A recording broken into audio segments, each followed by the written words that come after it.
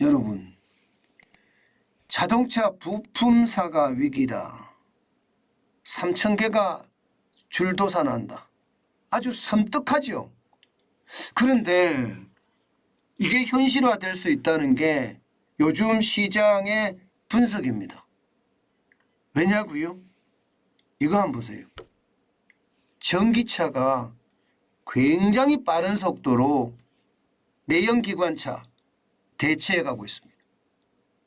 만약에 이대로라면 충분히 3,000개 이상의 대한민국의 부품사들이 망한다는 거예요. 실제 전기차로 완전히 바뀌면요, 내연기관 자동차하고 비교해 보면 부품 비율이 37%나 줄어듭니다. 그러면 37%에 해당하는 대한민국의 자동차 부품 기업은 어떻게 될까요? 저는 이게 진짜 충격이라고 생각을 하고 정부가 대응을 해야 되고요. 자동차 회사들도 여기에 대한 대응을 빨리 서둘러야 됩니다. 실제 한번 볼까요? 실제로 보면 저는 이 그래프를 보면서 제가 너무나 많이 놀랐어요. 보시면 알겠지만 전기자동차는 엔진이 필요 없잖아요. 그러면 엔진과 관련된 부품 회사들 어떻게 될까요? 점점 고사하겠죠.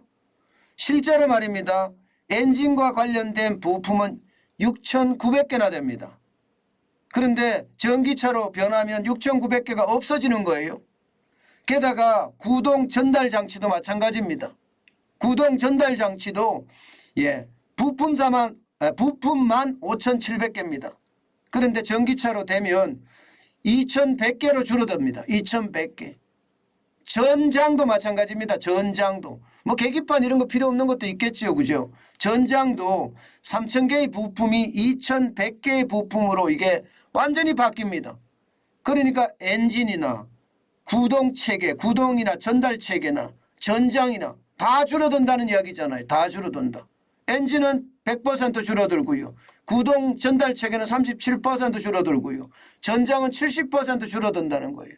그러면 전체 총 부품이 한 3만 개 정도도 갑니다. 자동차는요.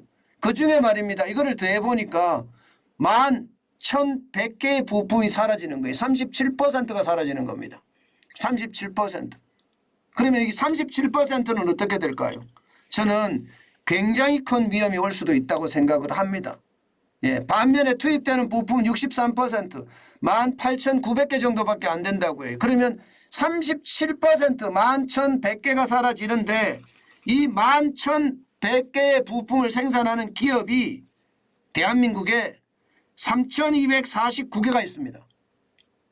3,249개. 그러면 지금 당장은 아니더라도요. 3,249개의 자동차 부품사들이 점점 망해간다는 거예요. 문을 닫을 수밖에 없다는 겁니다. 물론 전기차 시대에도 내연기관차가 있겠지만 이게 규모의 경제가 되지 않으면요. 그만큼 줄어들 수밖에 없는 그런 상황이라고 예상하고 있습니다. 게다가 말입니다. 여러분. 진짜 충격적인 사실은요. 전기차 시대가 굉장히 빠르게 다가오고 있다는 거예요. 예상보다 전기차 시대가 훨씬 빨리 다가오고 있다는 게 지금 현재까지의 이야기입니다. 그렇게 되면 여러분, 그렇게 되면 전기자동차로 서둘지 않는다. 이것은 자칫 잘못하면요.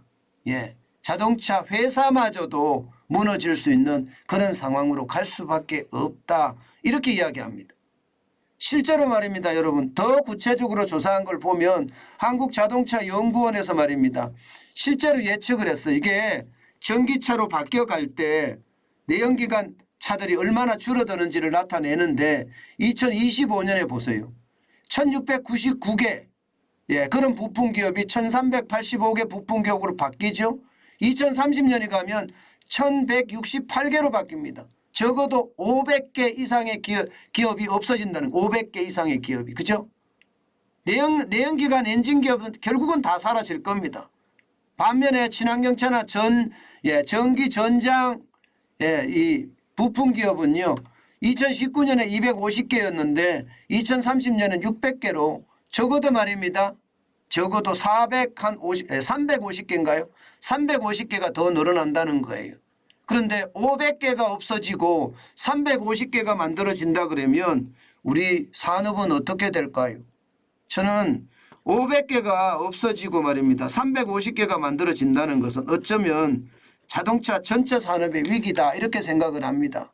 그렇기 때문에 빨리 대응하고 준비를 해야 돼요. 네, 빨리 대응하고 준비를 해야 돼요. 그렇지 않으면 저는요. 뭐 미국 기업은 그렇다고 치더라도 중국의 물량 공세에 완전히 찌그러들 가능성도 굉장히 높다고 봅니다. 중국은 이게 물량 공세가 굉장히 심하거든요. 예, 지금도 마찬가지예요. 싸게 그냥 막 쏟아내는 거 진짜 장난 아니거든요. 그 물량 공세에 우리 자동차 기업이 쉽지 않을 거라고 봅니다. 문제는 우리 기업들의 준비 상태가 진짜 심각하다는 겁니다. 400개 부품사 대상으로 미래차 준비 현황을 조사를 해봤더니 여러분 보시다시피 전혀 준비가 안 돼 있다가 여러분 35%나 됩니다. 138개사나 되고요. 충분하지 않다도 39%나 됩니다. 156개사가 됩니다.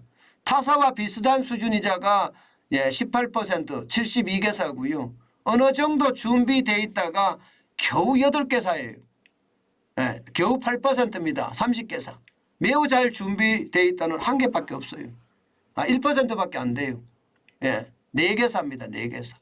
그러니까 여러분 우리는요. 이게 빨리 준비가 돼야 되고요.